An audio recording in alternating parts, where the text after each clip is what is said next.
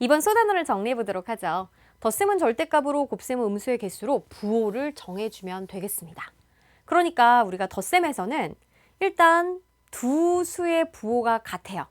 뿔뿔이나 마마를 더해요. 그러면은 그냥 그 부호를 따라주면 되는데 생각을 해야 될 때는 이렇게 부호가 다른 경우죠. 그러니까 예를 들어서 플러스 5랑 마이너스 3이랑 부호가 다른 두 수의 덧셈은 어떤 결과가 나오냐?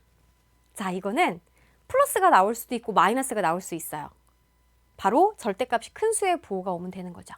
여기에서는 지금 플러스 5에서 자, 마이너스 3 왼쪽으로 3칸 이동하여라 라고 하는 거니까 결국 이제 플러스 2가 되는 걸 알 수가 있습니다. 그러니까 절대값이 큰 수의 부호가 온다고요. 만약에 반대로 마이너스 5 더하기 플러스 3 같은 경우에는 절대값이 큰 수의 부호가 와야 되니까 마이너스 2가 되는 거예요. 그래서 덧셈은 절대값으로 부호를 결정을 하는데 지금 배우고 있는 이제 곱셈 같은 경우에는 생각해 보세요. 만약에 마이너스 곱하기 마이너스. 자, 부호가 같아. 그럼 무조건 플러스가 되는 거죠. 그죠? 플러스 곱하기 플러스도 플러스가 됩니다. 근데 생각해 보면은 마이너스 곱하기 마이너스는 마이너스가 두 개가 만나니까 플러스가 됐네. 이렇게 본다라고 했을 때 여기에 어떤 하나의 수를 더 곱하고 싶어요. 플러스를 곱했어요. 그러면 플러스 곱하기 플러스니까 이거는 그냥 플러스가 되는 거죠. 자, 여기에 또 하나의 수를 더 곱하고 싶어요. 그래서 마이너스 음수를 하나 더 곱했어요. 그러면 플러스 곱하기 마이너스니까 얘는 마이너스가 됩니다. 그러니까 우리가 두 수씩 계산을 하잖아요. 결국 아무리 여러 개의 수를 쫙 곱한다고 하더라도 두 수씩 계산을 해야 되는데 그때 두 수씩 부호를 따져줬을 때는 마이너스랑 마이너스랑 만나면 플러스가 되는 거죠. 그리고 여기서는 두 수의 부호가 다르니까 마이너스가 되는 거예요. 같으면 플러스, 다르면 마이너스. 근데 결국 그러면 이 부호가 마이너스가 나오는 이유는 뭐냐? 아, 얘네 두 개가 만나서 플러스가 됐어요. 근데 마이너스 하나 남았으니까 마이너스가 한 번 더 있었다면 어때요? 두 개 만나서 플러스가 됐겠죠. 그럼 결국 이 마이너스가, 즉 음수가 홀수개냐 짝수개냐 그것이 문제로다. 이렇게 알면 되는 겁니다. 짝수개라면 둘씩 짝지어서 다 플러스가 됐을 거 아니에요. 그러면은 그 결과의 부호는 플러스가 되는 거고 홀수개라면 얘처럼 마이너스 마이너스 마이너스인데 얘네 둘이 짝지어서 플러스 됐으니까 하나 남았죠. 그래서 마이너스가 되는 걸 알 수가 있습니다. 그래서 곱셈은 음수의 개수로 부호를 결정을 해줘요. 아무리 여러 개의 수를 곱한다고 하더라도 우리가 딱 뭐만, 그렇죠. 부호만 먼저 결정을 한 다음에는 그냥 맘 편하게 절대값끼리 쭉 곱하면 됩니다. 그러니까 갑자기 초등과정으로 확 난이도가 낮아져요. 그러니까 부호 결정하는 게 관건입니다. 자, 관련 문제 해결해 볼게요. 다음 식이 성립하도록 네모안에 다음과 같은 덧셈, 뺄셈 또는 뭐 플러스 마이너스 보일 수도 있어요. 이를 안 맞게 써 넣으시오 라고 그랬는데 지금 여기 보니까 마이너스 6하고 자 2인데 이게 플러스인지 마이너스인지 모릅니다. 3도 마찬가지고요. 근데 이것이 오른쪽 계산하고 똑같대요. 그러면 일단 오른쪽을 계산해 봐야 되겠네요. 우리 계산하는 방법 알았어요.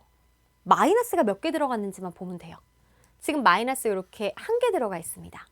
그러면 곱의 부호는 마이너스고 그 다음에 맘 편하게 그냥 절대값끼리 쫙 곱하자. 이렇게 계산하면 돼요. 이거 어때요? 초등학교 계산이잖아요. 6이 12, 12 곱하기 3은 36이니까 결과가 마이너스 36입니다.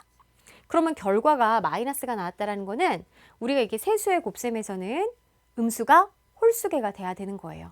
아하, 이 계산은 음수가 홀수개가 있어야 되겠구나.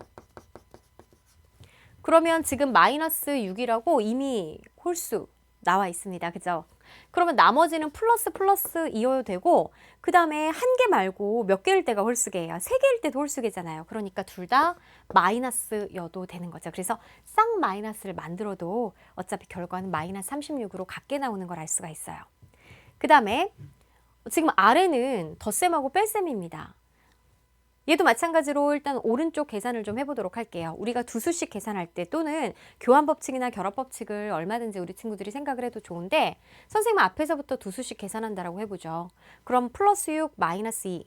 6의 절대값이 더 크기 때문에 결과는 플러스 6인, 플러스 그 다음에 절대값의 차니까 플러스 4가 나올 거예요. 어때요? 부호 어떻게 결정됐어요? 절대값이 큰 수의 부호가 결정됐어요. 그 다음에는 플러스 4랑 좀 예쁘게 다시 적을게요. 플러스 4. 그 다음에는 플러스 4랑 플러스 3을 더하는 거예요. 그러니까 부호 같죠? 그러니 플러스에다가 절대값끼리 합해서 플러스 7이 되는 걸 알 수 있습니다. 그럼 우리가 왼쪽의 계산도 플러스 7이 되도록 만들어 보자고요. 자, 일단 마이너스 2에서 뺄셈이네요. 그럼 덧셈으로 바꿔야 되겠죠. 그 다음에 6의 부호가 바뀌었을 거예요. 그래서 바뀌었다라는 표시로 선생님이 이렇게 부호를 세모로 표시해 볼게요. 이렇게 하고 그 다음에 여기 덧셈인지 뺄셈인지 모릅니다. 일단 이제 마이너스 3을 더할지 뺄지는 우리 여기 플러스 7이 나오도록 계산을 해주면 될 것 같아요. 근데 지금 나와 있는 이 마이너스 2랑 마이너스 3 만약에 덧셈이라고 했을 때는 이때는 어때요? 얘네 둘이 더하면 마이너스 뭐가 되나요? 5가 되는 거죠. 그죠?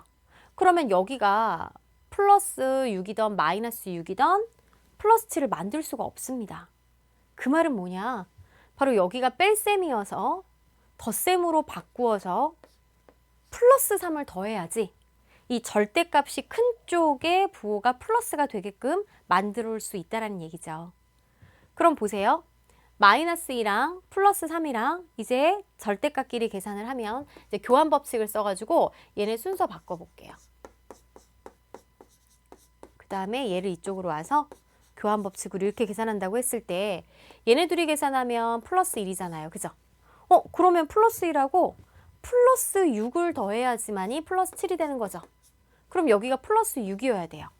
그럼 덧셈에서 더하기 플러스 6이었다면 원래는 뺄셈이었으니까 부호 반대 마이너스 6을 빼는 거였습니다.